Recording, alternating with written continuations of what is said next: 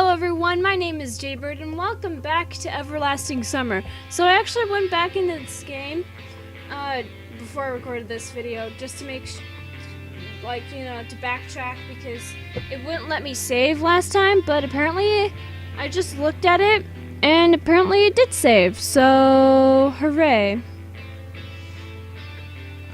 A fucking miracle. Anyways, let's just jump into it. Hold on a second.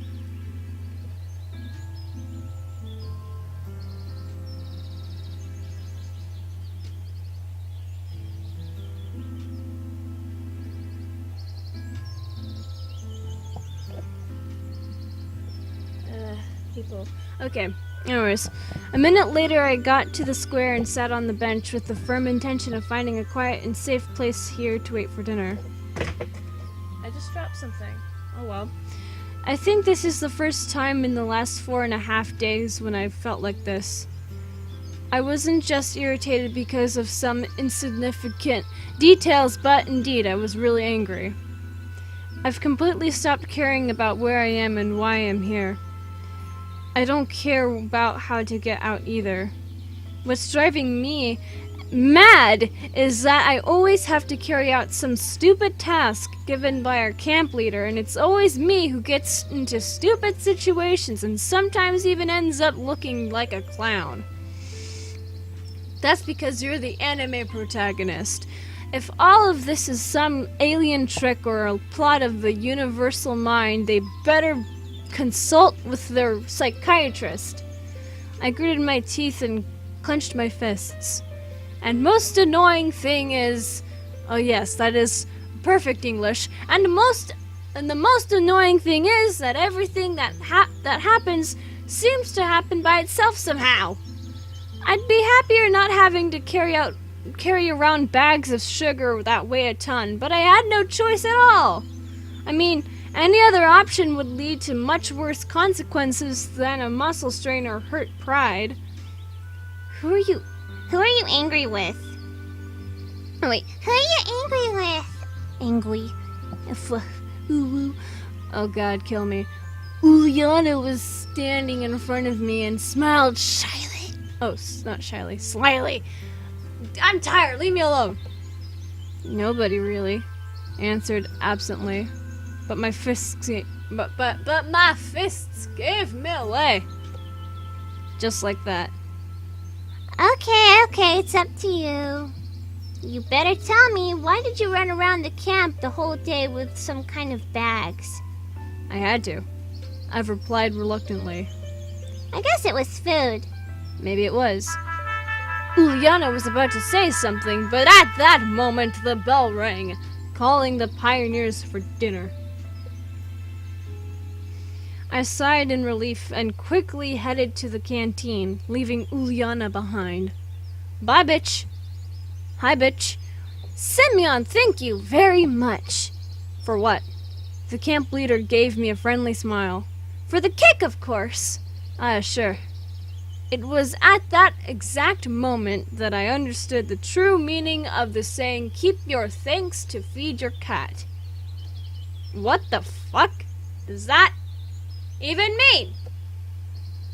You didn't tell anybody? This ought to be a surprise. Yeah. That's my boy. My boy. And now off you go to dinner. Olga Dmitrievna waved her hand, pointing at the canteen. I stepped through the doorway slowly and started to look for a free place. It turned out there were plenty today, so I got the chance to eat all alone. There was fish with mashed potatoes for dinner. God damn it, I want mashed potatoes. Actually, I do have not mashed potatoes, but I have potatoes. But I don't have fish. I don't have anything to eat. I'm hungry. I'm like a college student, but I don't even have ramen anymore. Well, I do have ramen, but it's not the good kind. It's healthy ramen, but it's not the good healthy. It tastes weird healthy. Anyways, what misfortune once again. I'll be left half hungry.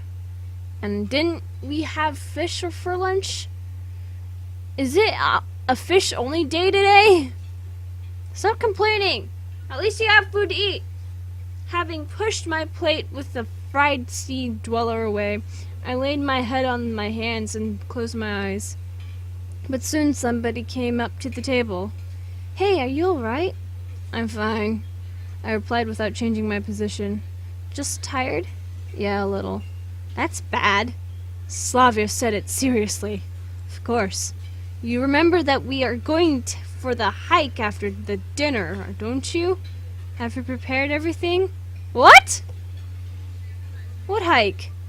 What? Where? I opened my eyes and lifted my head up instantly. Lena was standing by Slavia! Fuck! The hike! She was surprised. Didn't you know? No. I put my head down on the table and covered it with my hands. If only I could sink into the ground right away. The girls remained silent. I was left alone with my thoughts for some time, and that was fine by me.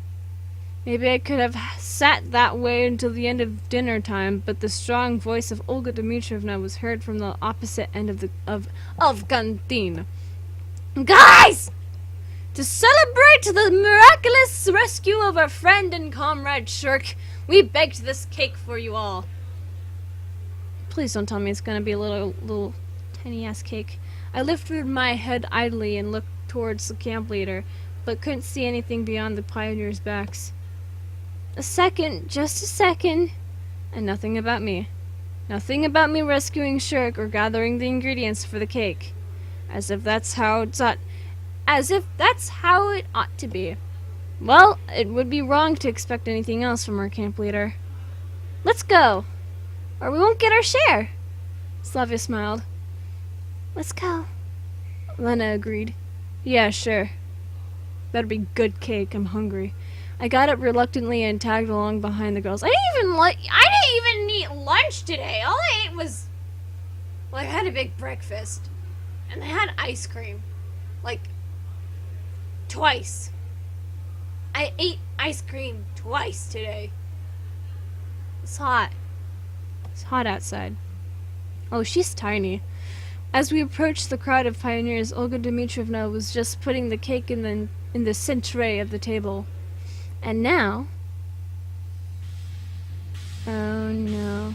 That is such a tiny cake. Oh wow.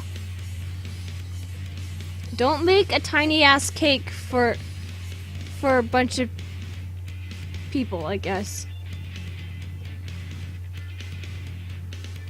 Oh my god.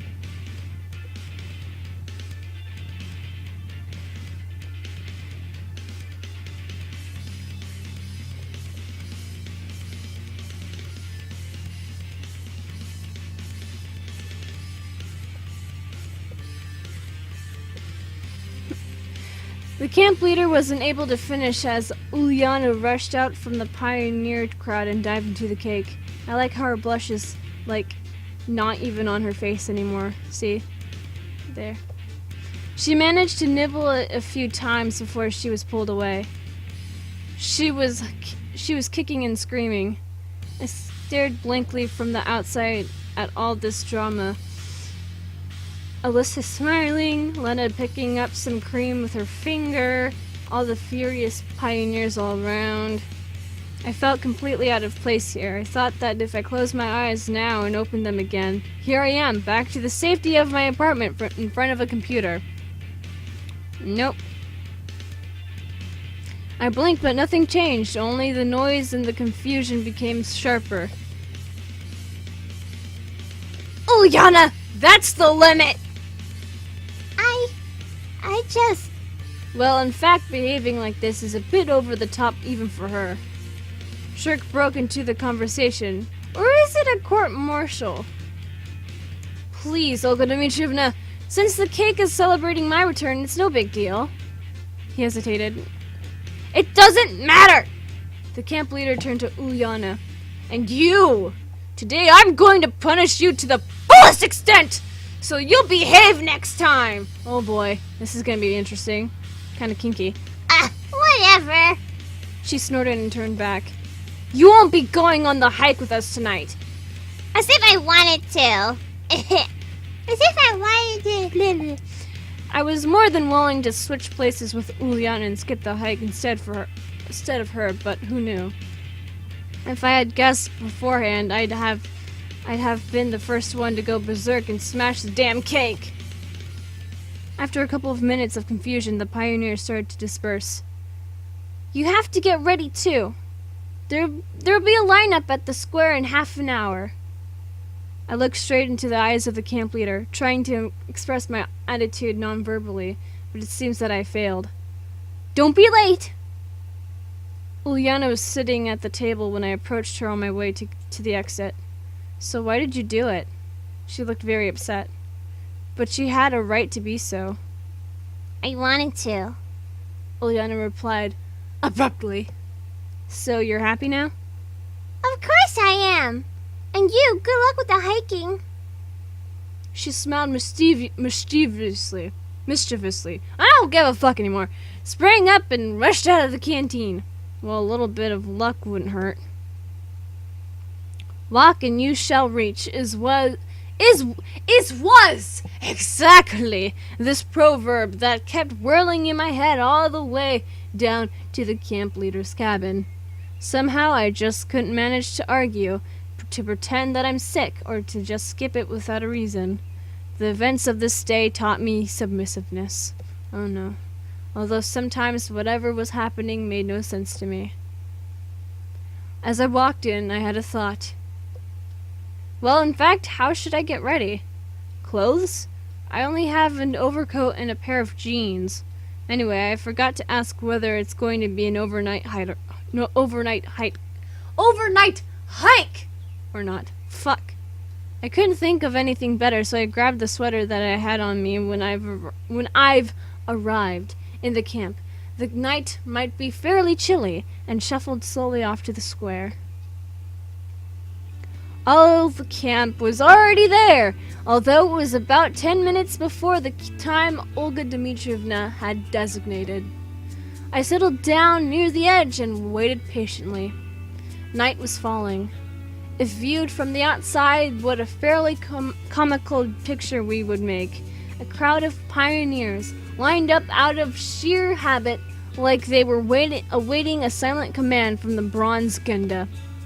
And all this happening in the scarlet rays of the sunset.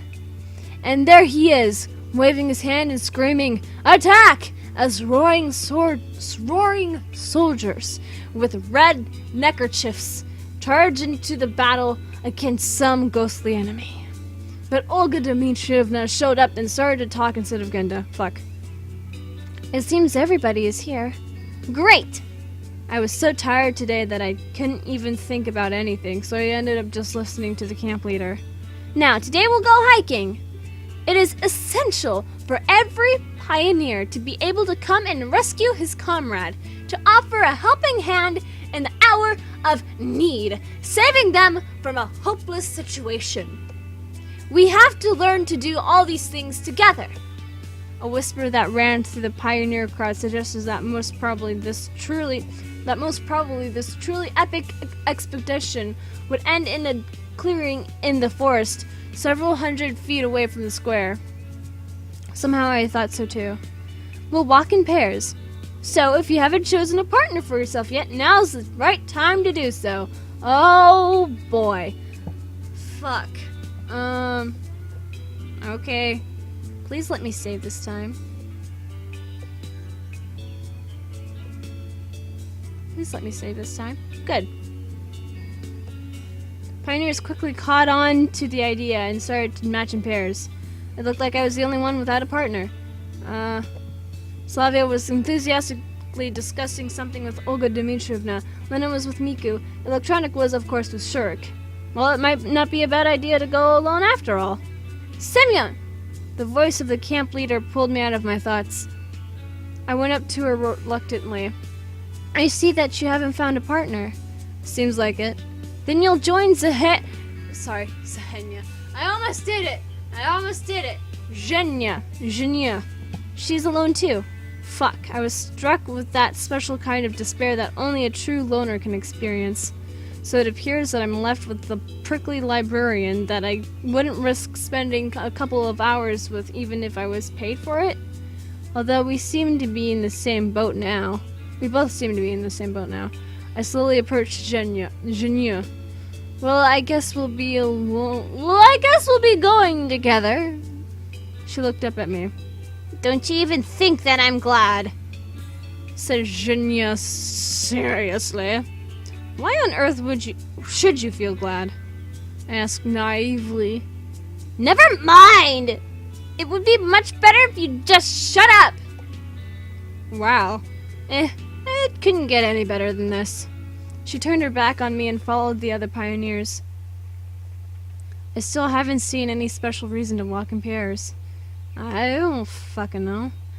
Well, guys, that's gonna be it for this episode of Everlasting Summer. So that being said, if you guys enjoyed this episode and would like to see more of this game, then leave a like down below, leave a comment down below, share it with your friends, subscribe if you haven't, ring that notification bell, and remember, die safely. I don't know why I whispered. Bye-bye!